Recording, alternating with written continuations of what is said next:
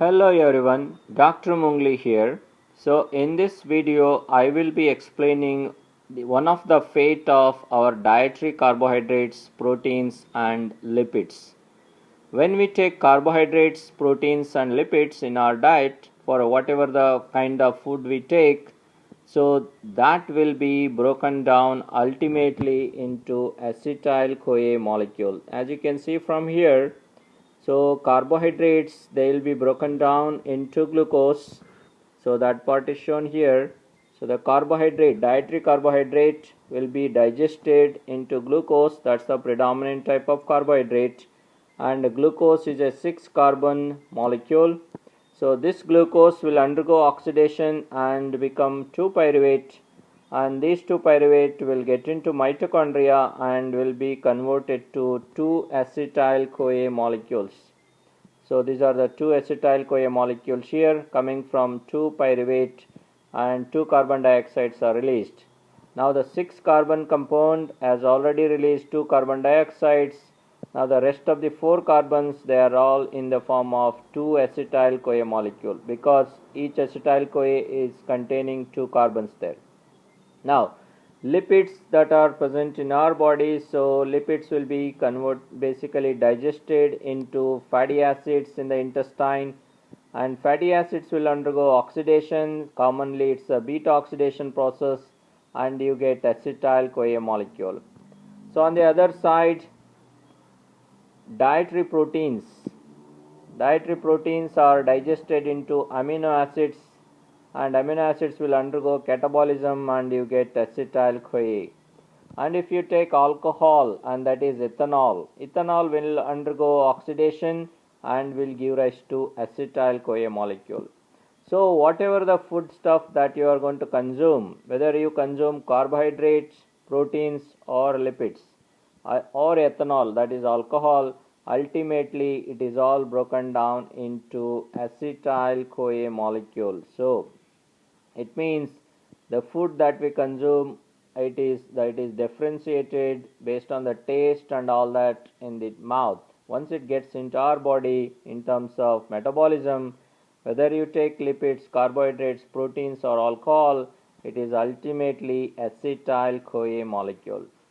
Now this acetyl-CoA molecule, so it will undergo oxidation process in TCA cycle or Krebs cycle.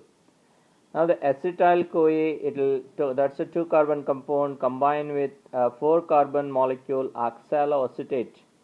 So it will undergo oxidation process. During that time 2 carbon dioxide molecules are released. Now note that acetyl-CoA is a 2-carbon compound, and there will be release of 2 carbon dioxide molecules in a TCA cycle, and those 2 carbon dioxides, carbons present in those 2 carbon dioxide, they are ultimately coming from acetyl-CoA molecule. It means acetyl-CoA is completely oxidized into 2 carbon dioxide molecule. Like this, if you look at glucose, so glucose is a 6-carbon compound, will make 2-pyruvate. Now 2 pyruvates will undergo oxidation to make 2 acetyl-CoAs, releasing 2 carbon dioxide. So you got out 2 carbons from 6-carbon glucose there. Now the 4 carbons which are remaining as 2 acetyl-CoA molecules, each acetyl-CoA undergoing TCA cycle will release 2 carbon dioxides there.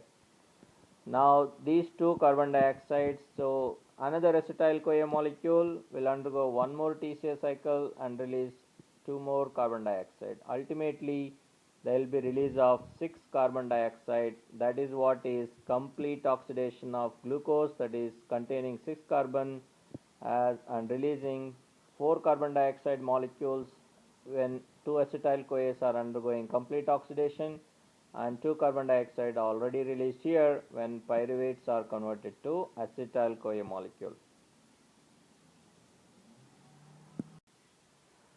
Now let's move on to see the TCA cycle proper. So how exactly, what all the reactions that are going on in the TCA cycle. So the TCA cycle reactions are shown here in this particular slide. So I am just zooming all the TCA cycle reaction here. So the acetyl-CoA is undergoing oxidation. So what all the reactions that you are going to see here, and what all the important reactions that you need to look for in TCA cycle. Let me concentrate more on important reactions in TCA cycle. So the very first reaction of TCA cycle, it is condensation of acetyl-CoA with oxaloacetate molecule. See that acetyl-CoA is a 2-carbon compound, oxaloacetate is a 4-carbon compound. So they both condense with one another with citrate synthase enzyme to make citrate. Citrate is a 6-carbon molecule. 4 carbons are coming from oxaloacetate, 2 carbons are coming from acetyl-CoA. Now the citrate, it will be converted into isocitrate molecule. So going from citrate into isocitrate, this job is done by aconitase enzyme. Note that this aconitase, one of the importance of aconitase enzyme in TCA cycle that you need to note is there is a rat poison called fluoroacetate. Rat poison, fluoroacetate. So this rat poison, fluoroacetate, is a rat poison. So fluoroacetate, it will combine with oxaloacetate to make fluorocitrate, and that fluorocitrate, it's going to inhibit aconitase enzyme. So that's an applied aspect for aconitase enzyme. That's an important applied aspect that you should remember. Rat poison, fluoroacetate combining with oxaloacetate to make fluorocitrate, and fluorocitrate is going to inhibit aconitase enzyme. Now the second important reaction in TCA cycle is catalyzed by isocitrate dehydrogenase enzyme. Why this enzyme is important? This enzyme is the most regulated enzyme in TCA cycle. Now the regulation of TCA cycle, I have a video on regulation of TCA cycle, so which I will upload soon. So the link for that will be appearing on the top right corner right now. Now isocitrate dehydrogenase, it's going to break down 6-carbon isocitrate into 5-carbon alpha ketoglutarate molecule. Now one of the carbon that is released as carbon dioxide here will be coming from acetyl-CoA carbon here. See the color coding here. So these are the 2 acetyl-CoA carbons. One of that carbon is released as carbon dioxide.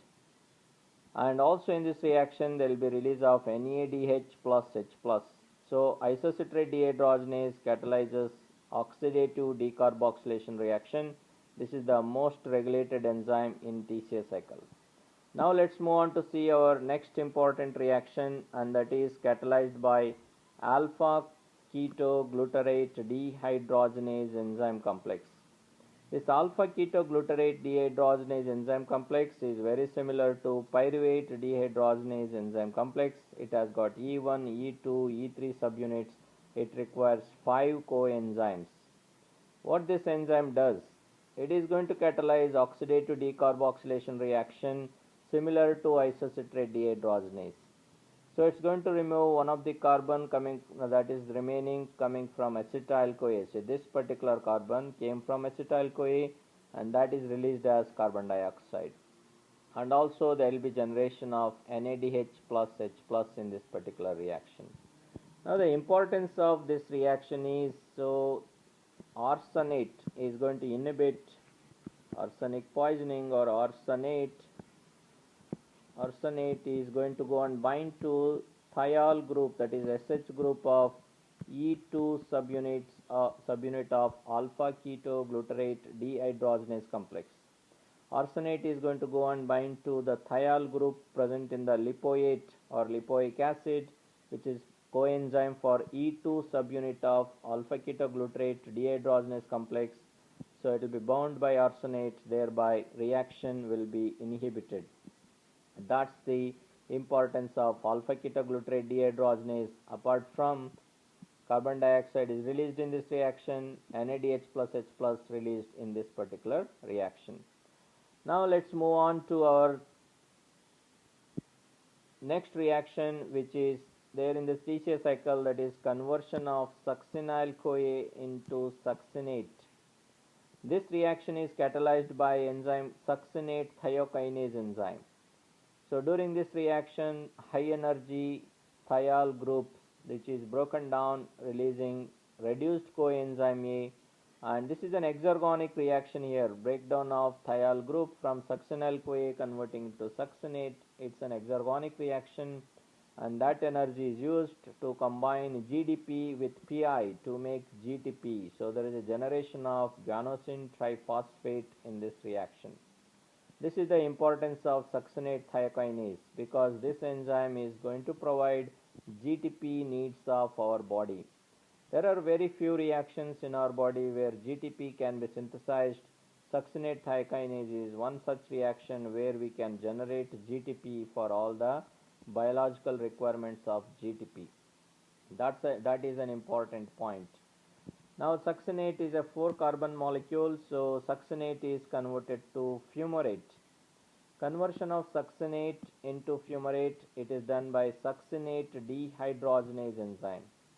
Importance of this enzyme is succinate dehydrogenase is the only enzyme in TCA cycle which is embedded in the inner mitochondrial membrane, whereas all the other enzymes of TCA cycle, they are there in the matrix of mitochondria. In fact, succinate dehydrogenase, it is a component, second component in electron transport chain, or the complex 2 in electron transport chain. And note that succinate dehydrogenase is going to use FAD and release FADH2. It means FAD is needed for this reaction. FAD comes from riboflavin.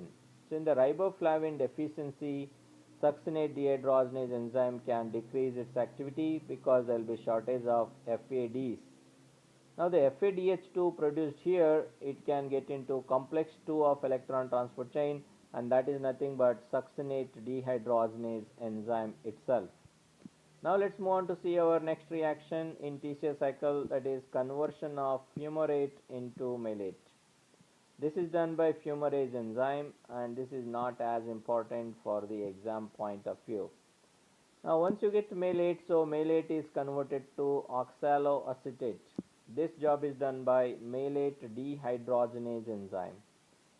And this enzyme catalyzed reaction is going to produce NADH plus H plus, and we have regenerated oxaloacetate. Now at the end of TCA cycle, so if you look into that, so at the end of TCA cycle, basically you have generated oxaloacetate. So the acetyl CoA which is combining with oxaloacetate to make 6-carbon citrate. So in isocitrate dehydrogenase reaction, you have released 1 carbon dioxide, and that is coming from acetyl CoA carbon. Now alpha ketoglutarate going into succinyl CoA by alpha ketoglutarate dehydrogenase, you have removed 1 more carbon as carbon dioxide, and that is come from acetyl CoA carbon. It means at the end of alpha ketoglutarate dehydrogenase enzyme complex reaction, by the time succinyl CoA is produced, 2 carbons that are coming from acetyl CoA, they are released as carbon dioxide molecules. So it means if 2 acetyl CoA is coming from 2 pyruvates coming from glucose molecules, so if both of them undergo TCA cycle, you have released 4 carbon dioxide molecules, 2 each from 2 acetyl CoA molecules. That's the end of complete oxidation of glucose. So 1 glucose 6 carbon into 2 pyruvate, still 6 carbons are there. 2 pyruvate to 2 acetyl CoA, so you have released 2 carbon dioxide in pyruvate dehydrogenase complex. Now 2 acetyl CoA is undergoing individual TCA cycle reactions, so you are releasing 4 carbon dioxide molecules there. Now the succinyl CoA, which is a 4-carbon molecule, so will undergo further reaction to regenerate oxaloacetate. This is how every time in TCA cycle oxaloacetate is regenerated, and that gets into new TCA cycle reaction. Now what are the reactions that will produce NADH plus H plus in TCA cycle? That is isocitrate dehydrogenase reaction, alpha ketoglutarate dehydrogenase reaction, and malate dehydrogenase reaction. What all the reactions that you produce plus H plus in TCA cycle? That is isocitrate dehydrogenase reaction, alpha ketoglutarate dehydrogenase reaction, and malate dehydrogenase reaction. What all the reactions that you produce FADH2, and that is succinate dehydrogenase? In which reaction you get GTP, and that is succinate thiokinase reaction? What all the reactions where carbon dioxides are released in TCA cycle, and that is isocitrate dehydrogenase, alpha ketoglutarate dehydrogenase? What all the applied aspects of TCA cycle in terms of enzyme inhibition? Aconitase inhibited by rat poison fluoroacetate, and arsenic poisoning, which is affecting alpha ketoglutarate dehydrogenase complex. Especially it will go and bind to thiol groups of lipoate, which is a coenzyme for E2 subunit. So what are the coenzymes or the vitamins that are needed for TCA cycle? So you need niacin because NAD is needed for TCA cycle. You need riboflavin because you need FAD for TCA cycle. You need thiamine pyrophosphate because that is needed for alpha ketoglutarate dehydrogenase complex. You need pantothenate because you need succinyl CoA, that is a CoA that is released out of it, and also alpha ketoglutarate dehydrogenase complex needs pantothenate, and it needs lipoate, it needs riboflavin, and it needs niacin. So these are the vitamins that are needed for TCA cycle. So this is all about TCA cycle. I hope I have covered some important points related to TCA cycle, at least in the exam point of view. So make sure you know these important reactions in TCA cycle so that you can attempt all the questions that you're going to get in the exam related to TCA cycle. That's all about TCA cycle reactions. In my next video, I'll be coming up with regulation of TCA cycle. Thanks for watching. See you in my next video. Take care.